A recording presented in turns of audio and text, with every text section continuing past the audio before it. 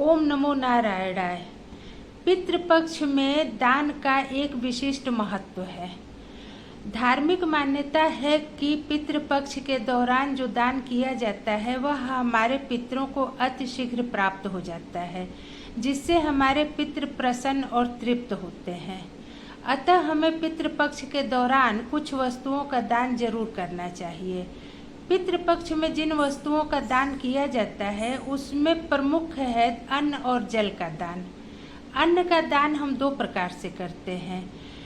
पहले प्रकार में हम बिना पके हुए अन्न का दान करते हैं। इसे हम किसी ज़रूरतमंद या गरीब व्यक्ति को दान में देते हैं।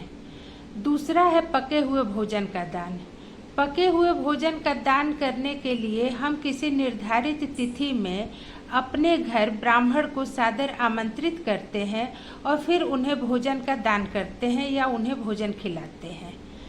ब्राह्मण को जो भोजन खिलाया जाता है उस भोजन में यह ध्यान रखना चाहिए कि वह शुद्ध और सात्विक रूप से बना हुआ हो और उसमें तामसिक पदार्थों का प्रयोग न किया गया हो।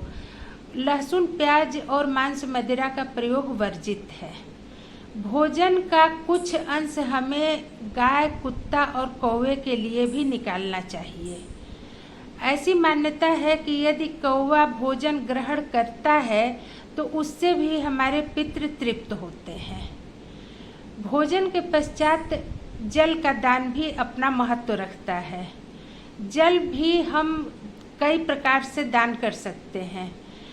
पहला, किसी ज़रूरतमंद व्यक्ति को हम जल का दान करते हैं और दूसरा, हम पितृ को प्रत्यक्ष रूप से तर्पण के माध्यम से जल का दान करते हैं। भोजन और जल के अलावा अन्य दान की वस्तुओं में काले तिल का दान, वस्त्र का दान, कंबल, छाता, जूता इत्यादि का दान भी महत्व रखते हैं।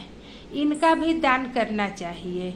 यदि हम किसी महिला पूर्वज के लिए दान करते हैं तो उनके लिए वस्त्र के साथ श्रृंगार की सामग्री का भी दान करना चाहिए। पितृपक्ष के दौरान तेल, नमक इत्यादि का भी दान करना चाहिए।